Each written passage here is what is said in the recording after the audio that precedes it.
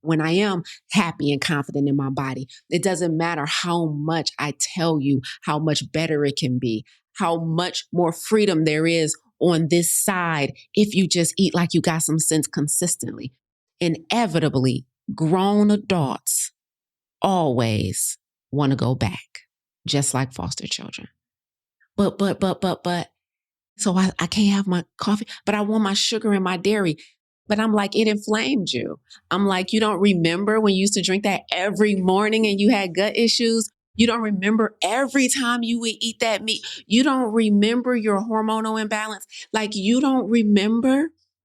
No matter how much we remind adults of that, no matter how much we show them the results of them being disobedient, they always want to go back. Optimal health is not a privilege, it's a right. However, unfortunately, the overwhelming majority of health challenges today can be attributed to lifestyle. This includes our physical activity, the quality of our relationships, stress, purpose and fulfillment, and of course, our diet. But what if there was an alternative? What if we could prevent and combat these health challenges with lifestyle changes before pills and procedures? You are listening to the Plant Protocol podcast with yours truly, plant-based health and business coach, and now the forever voice in your head, Lisa A. Smith. It's time to come get this health.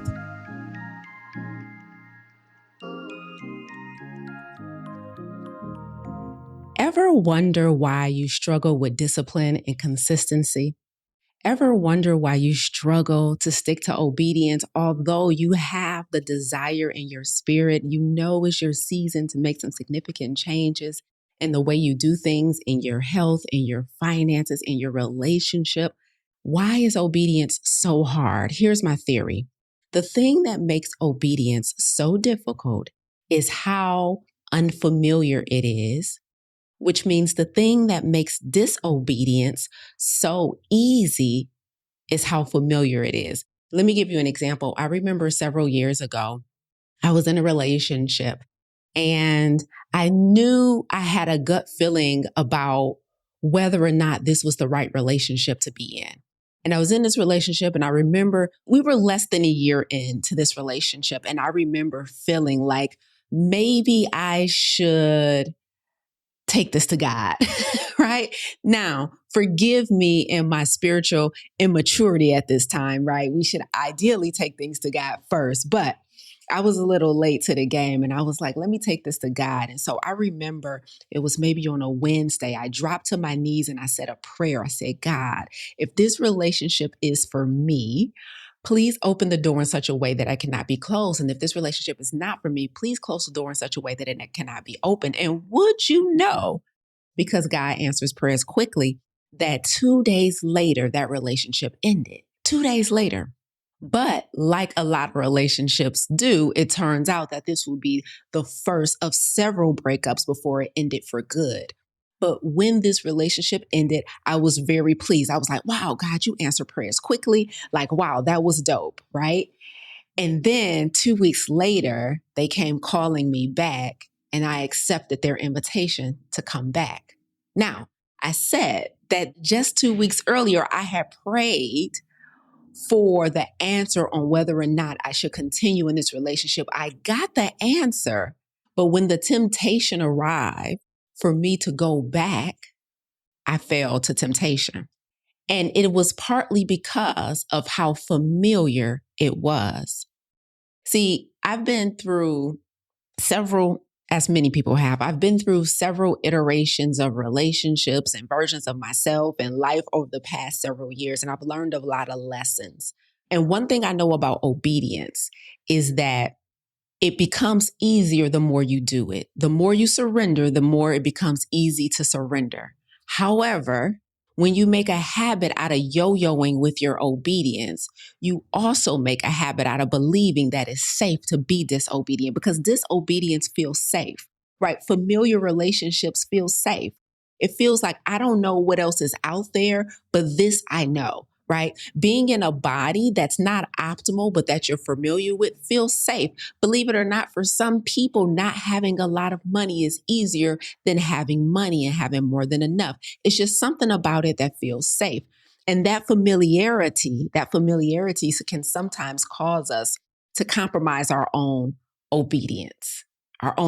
So today I want to talk about what foster care and living in Rome have taught me about obedience. Now, that might sound like two very night and day experiences, but as I was reflecting this week and thinking about what I wanted to share with you guys, these two experiences bubbled to the top, came top of mind, and they taught me some of the biggest lessons about obedience. So if you struggle with consistency, with discipline, especially when it comes to being obedient to what is telling you to do, it could be in your health, it could be in your finances, it can be in your relationship. If you're struggling with doing what you know God is telling you to do and you're questioning yourself, you're like, now I know this is what I'm supposed to be doing. Like, I know I'm supposed to be working diligently on my health in this season. I know I'm supposed to be working diligently on my finances in this season. I know I'm supposed to be working diligently on my role as a leader in this season. Why am I not being consistent in the practices and the habits and the behaviors that will land me on that assignment? I think I have a theory for you guys this morning. Welcome back to Monday Morning Keynote with yours truly, Coach Lisa, founder of Clarity, where stress meets strategy. I'm so excited to be back here with you. Listen, what foster care and living in Rome taught me about obedience. So during my years coming fresh out of college, I had to remember what time period this was in. So coming fresh out of college, I graduated from the University of Michigan. So I was born and raised in Detroit. And when I graduated from high school, Cass Tech High School, we were figuring out what school I was going to go to. And I'm an academic, meaning like IQ is my superpower. And so I got a scholarship, and I got a scholarship to go to Central Michigan University. But then after 1 year, my mom, worked to get my scholarship transfer, and I ended up going to U of M, right? So I graduated with my undergraduate degree from University of Michigan. But while I was at University of Michigan, I didn't know what I wanted to do. I wasn't sure what I wanted my career to be. I didn't even know what I wanted to major in while I was at U of M. And so I just followed in the footsteps of my best friend at the time. So my best friend, Tiffany, at the time, she was majoring in social work. And so I was like, okay, I'll major in social work too. I had no idea what I wanted to do. I just knew that going to college was the next step, right? That's the system, right? And so I was like, okay, I'll major in social work. So my first adult job out of college was as a social worker. And I worked in foster care.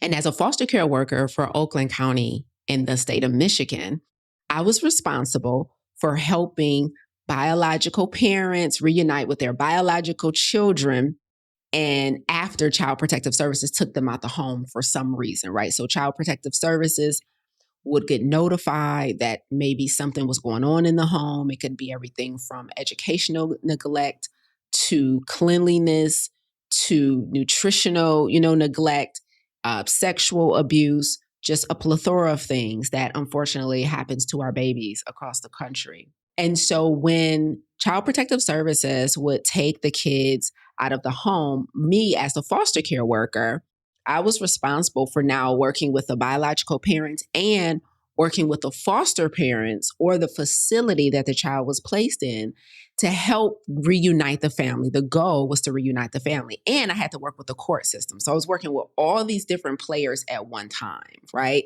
The court, the biological family, the foster families, working with everybody at one time.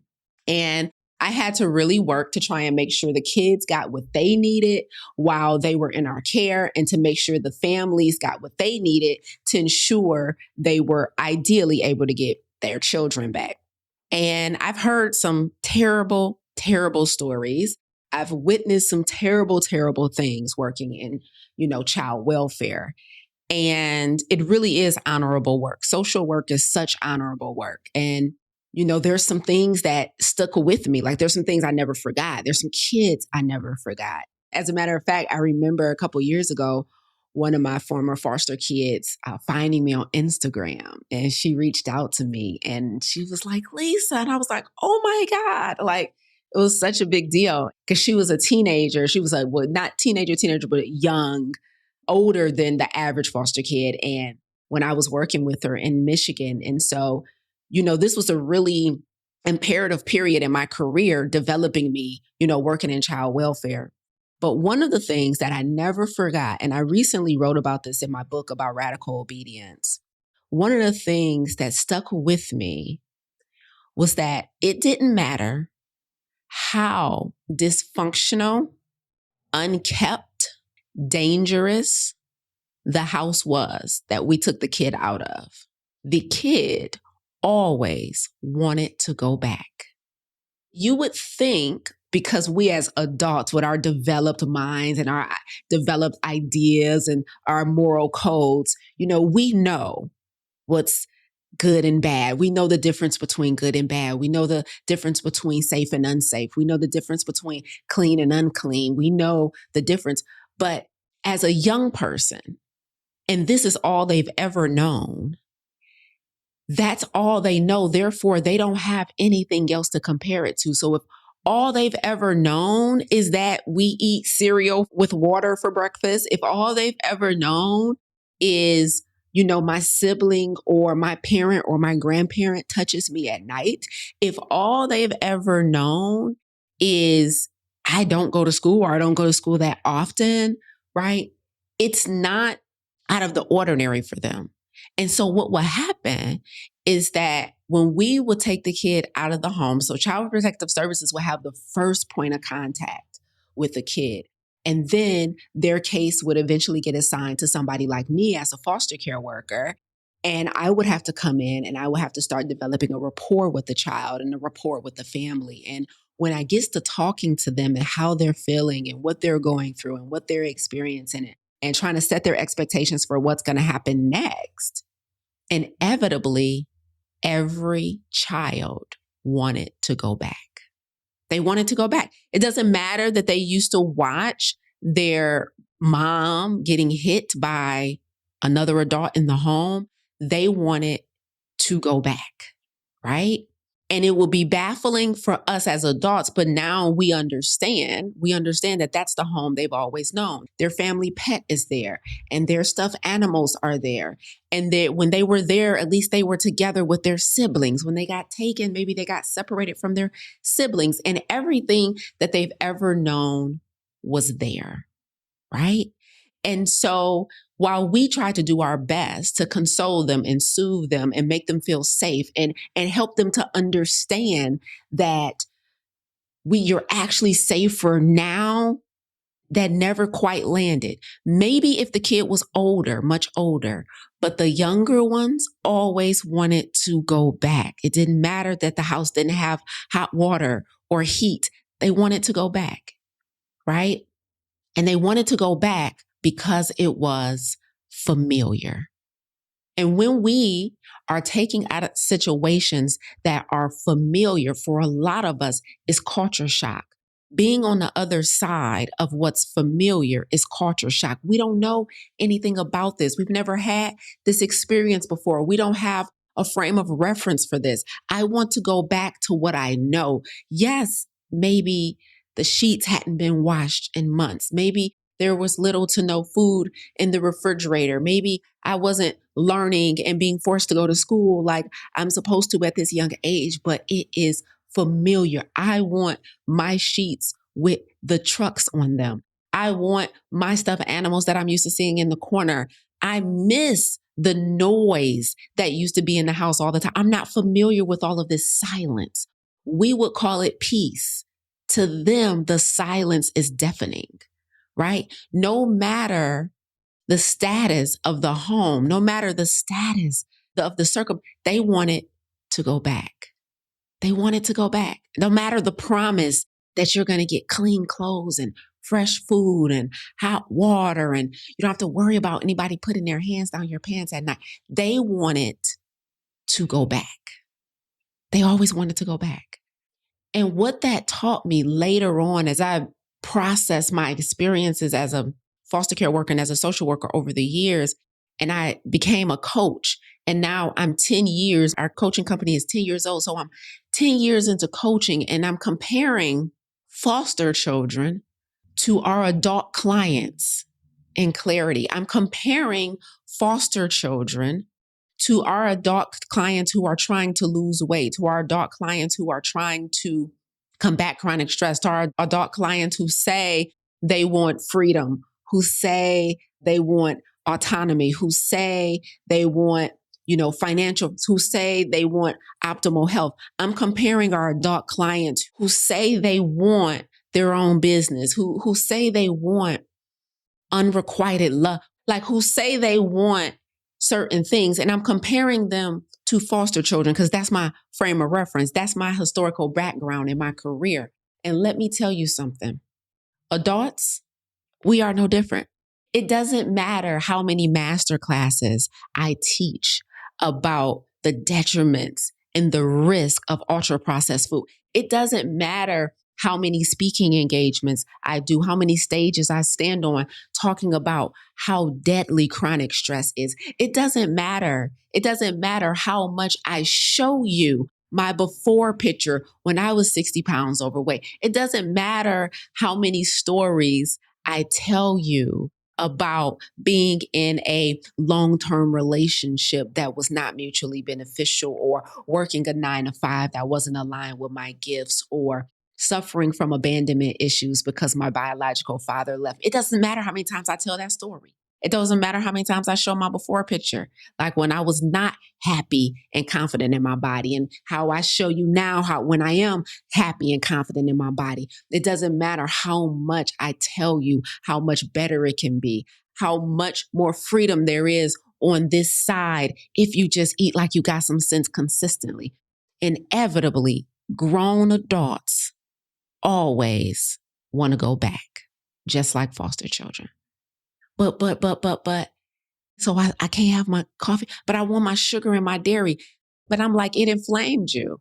I'm like, you don't remember when you used to drink that every morning and you had gut issues? You don't remember every time you would eat that meat? You don't remember your hormonal imbalance? Like, you don't remember?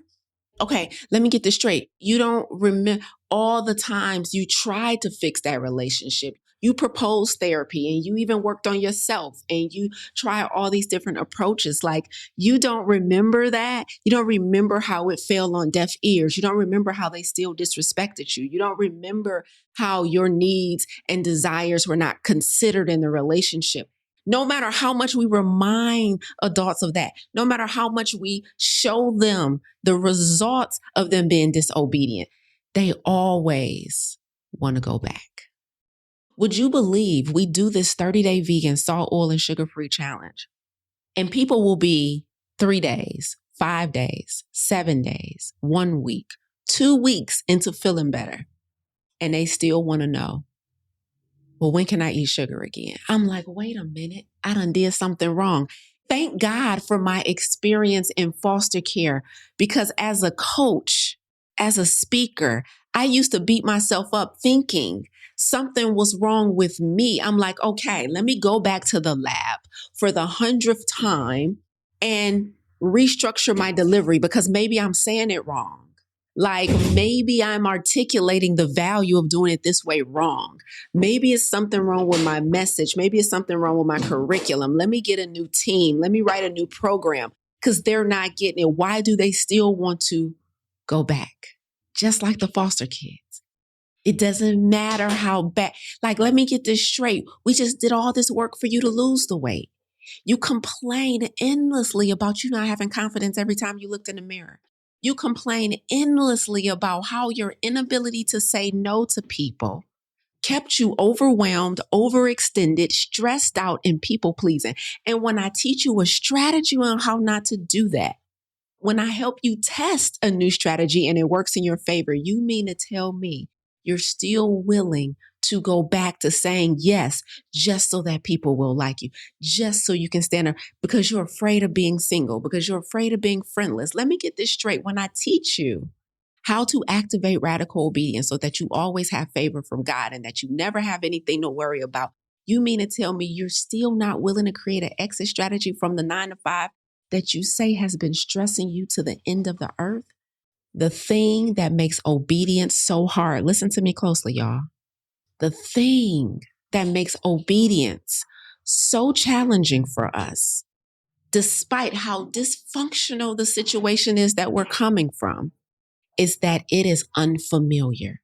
And when things are unfamiliar, no matter how much better it is for you, no matter how much better a plant-based diet is for you, no matter how much better saying no is for you, when it's unfamiliar, we go back.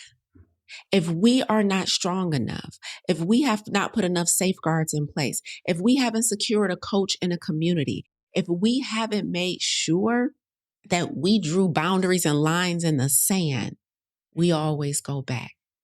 And little old me, when I left foster care, I'm like, oh, that was a child problem. Those are the decisions that somebody makes when they think like a child.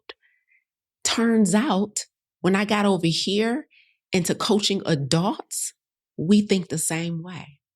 We're like, I know, like, Lisa, what you're saying to me makes so much sense, but I want to feel something familiar. I know I felt horrible. The coffee kept me constipated, or the sugar kept me inflamed, or the people pleasing kept my desires buried, but I don't know how not to do that. It's just so familiar. Let me ask you something. How much is stress costing you? Is it costing you your energy, your focus, your health, your peace? See, most of us have been told to manage chronic stress, but here's the truth. Managing chronic stress isn't enough. You deserve to eliminate it at the root.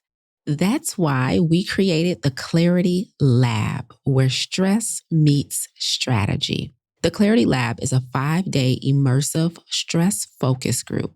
It's an experience that's designed to help you uncover your biggest stress triggers, reframe how you respond to pressure, and build a personalized strategy for sustainable health and performance. In just 5 days, you will walk away better understanding what's at the root of your stress, what limiting beliefs have been keeping you stuck, and more important, how to start moving with confidence, control, and clarity. And the best part, you won't do it alone. You'll be guided by myself and my team of coaches alongside a powerful community on the journey to do the exact same thing. So, if you're ready to stop paying the price of stress and start living with clarity, join us inside of our next Clarity Lab. Spots are limited, but you can secure yours right now at lisaangelsmith.com/Clarity Lab.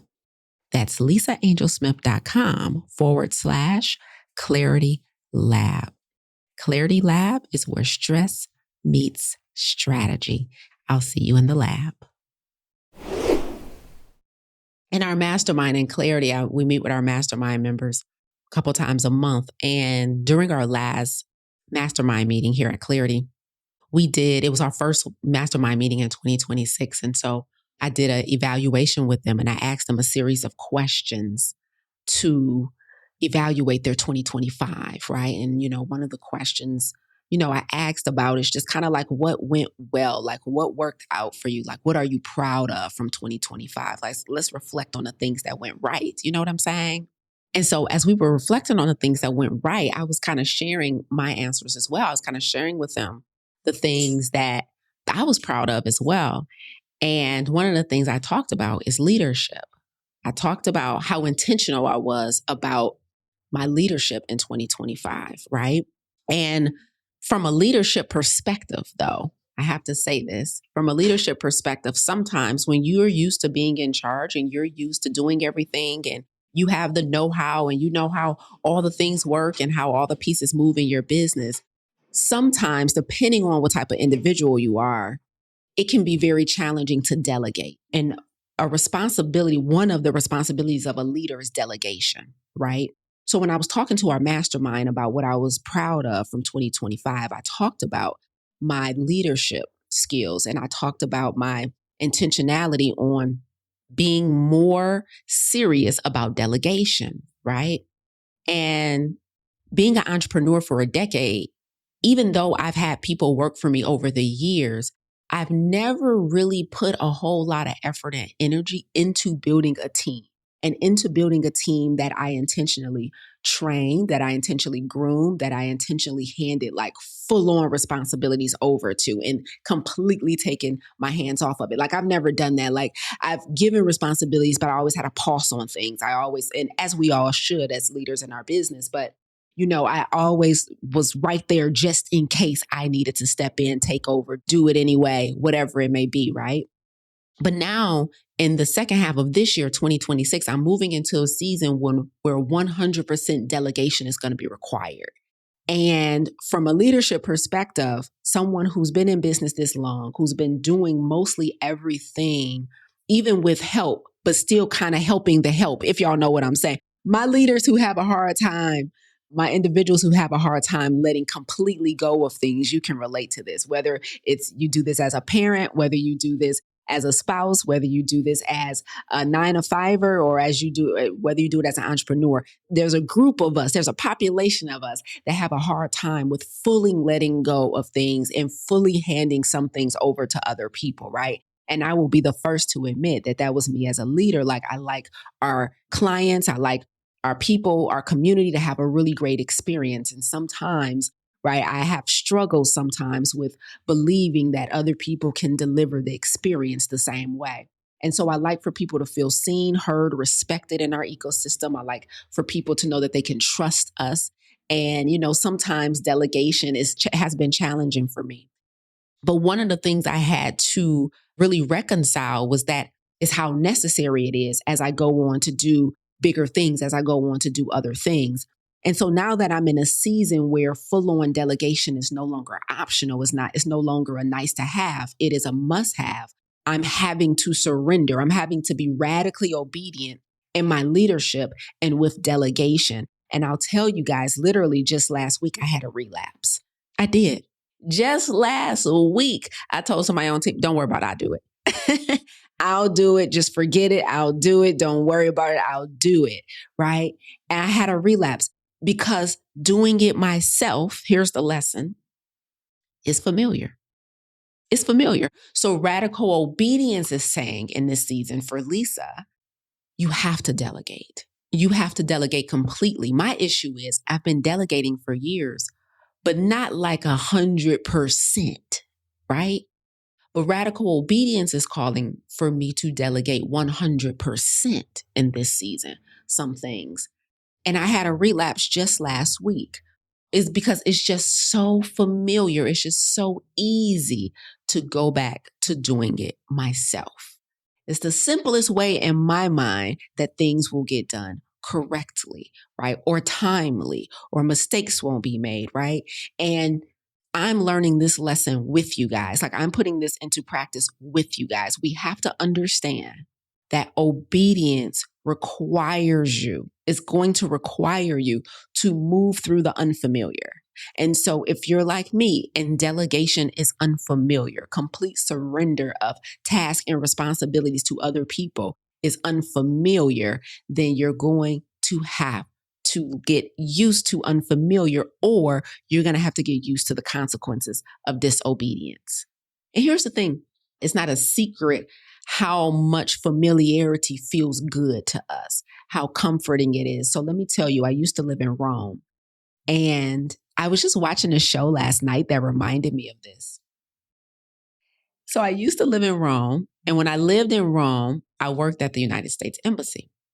And you wouldn't know this if you've never worked abroad as like an expat or a delegate or something for a country.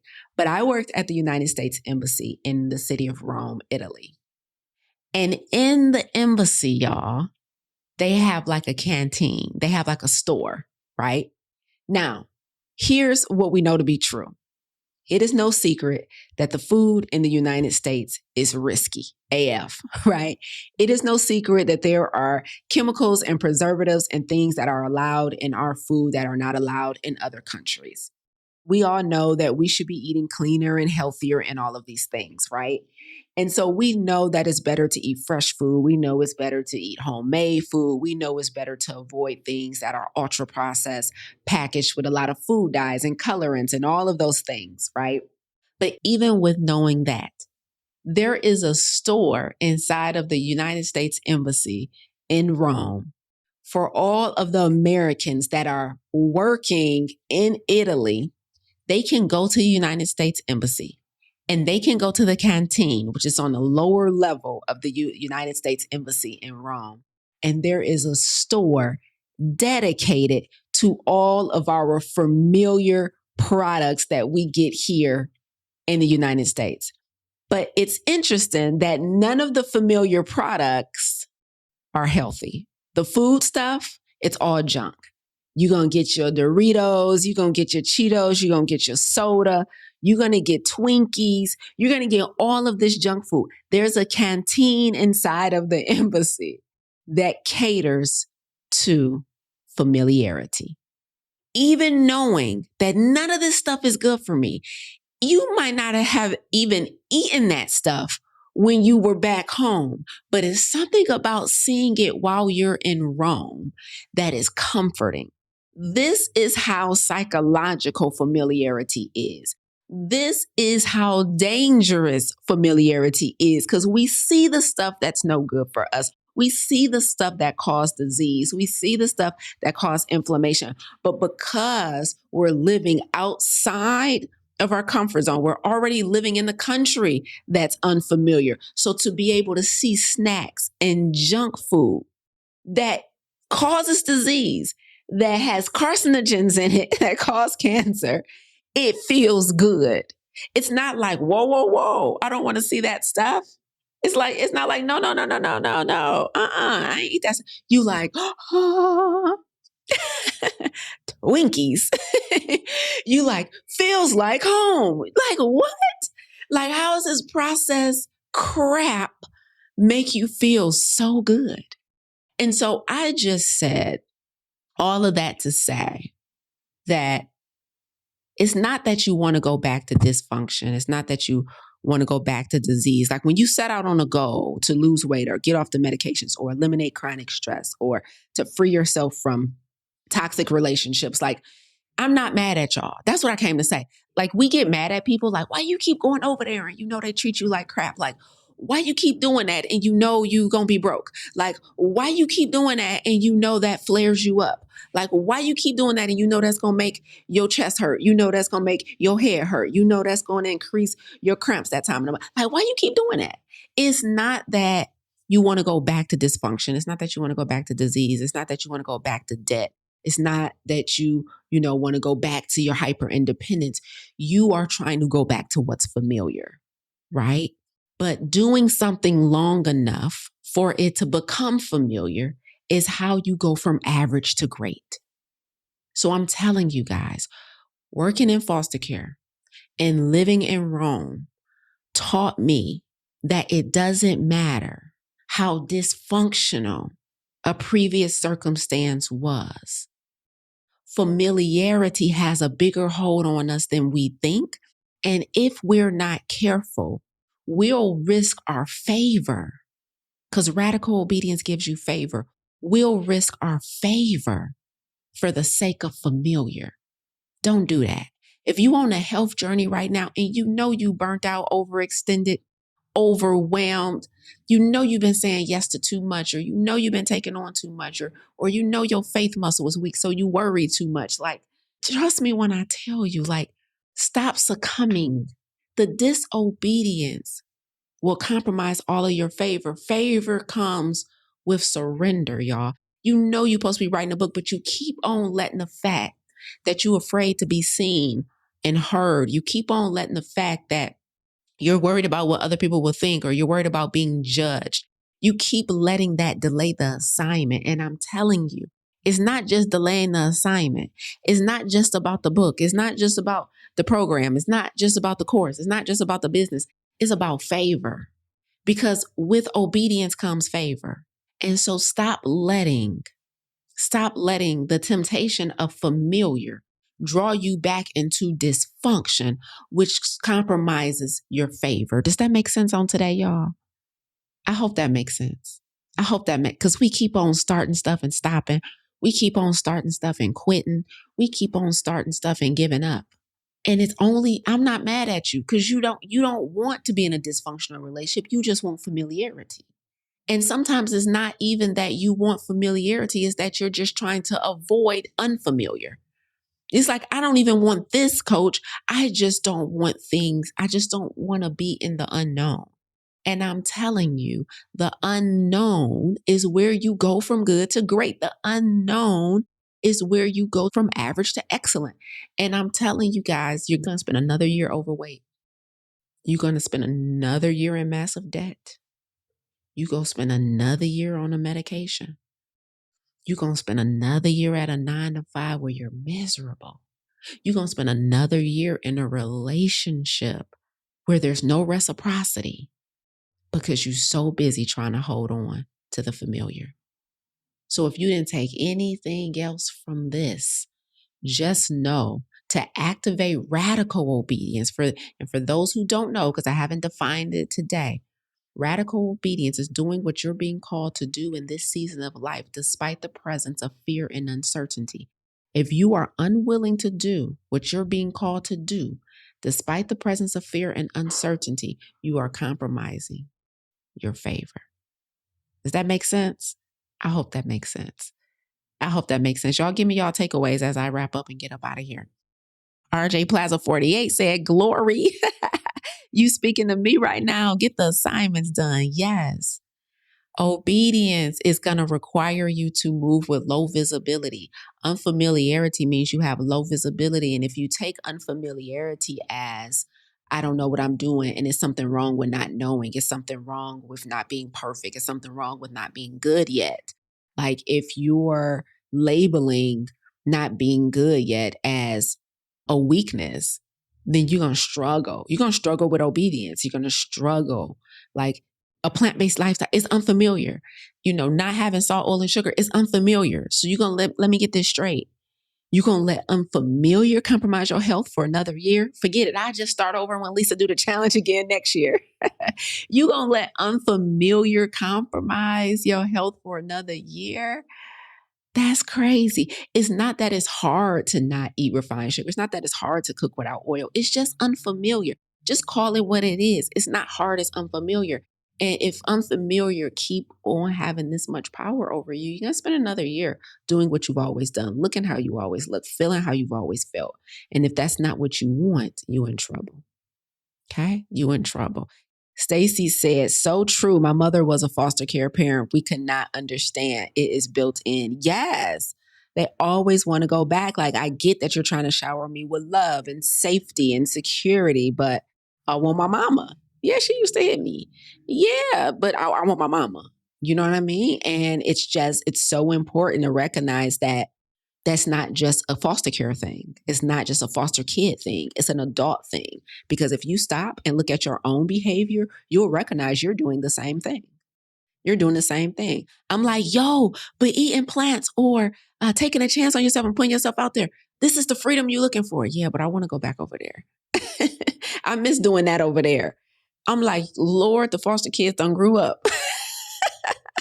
We all foster adults at this point because ain't nobody learning the lesson. Tamika says that familiar spirit will get us every time. We must do a new thing. Yes, we must do a new thing. So whatever new thing you committed to starting this year for, I know our challengers, it is eating differently for the sake of their health, mental, physical, and emotional health. Do the new thing. Push through the unfamiliar. You need recipes. You don't know how to cook. I'm hungry now. Why am I waking up with a headache? What's going on? Right? It's also unfamiliar, and that unfamiliarity just gets uncomfortable. And you're like, I just want to feel how I felt, even though I didn't feel good. I knew how I felt, and I was used to it. And that's risky. That's risky. That's risky. That's risky.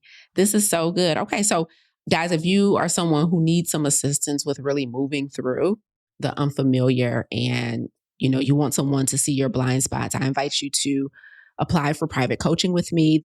I dare you to raise your hand if you recognize that I need help. I might know what my issue is. I might have a theory about what my problem is, but I actually need help in this season. So I dare you to take that chance on yourself, apply for private coaching with me. Let's talk through what the best next steps for you might be. Okay. It changes the game when you have someone who you trust listening to you from their point of view and give you a perspective that you may have never thought of. Coaching is a powerful, powerful resource if you're willing to be coachable, right? If you're willing to listen, hear out, and not run back to the familiar at the first sign, at the first assignment that your coach gives you that's unfamiliar. And so if you know you need help, I would love to support you. I have 4 slots open for private coaching right now. And so click the link that's pinned in the comments here on YouTube to fill out that application. Instagram, the link is in my bio for private coaching, or you could just shoot me a DM and we'll get the application over to you if you need to be supported through the unfamiliar in this season. I hope this was useful and helpful. This has been yours truly, Lisa Smith, founder of Clarity, where stress meets strategy. Love y'all. Bye, y'all. You tuned in today because, like me, you refuse to let your good become the enemy of your great. You're not settling for good health when optimal is well within reach. If you're ready to go from good to great, visit lisaangelsmith.com to learn more about our plant-based health coaching program, Farm to Table, and our plant-based business accelerator and coaching certification. But before you go, if you enjoyed what you heard today, please consider rating and reviewing this podcast. Until next time, remember, radical obedience is still undefeated. Stay obedient.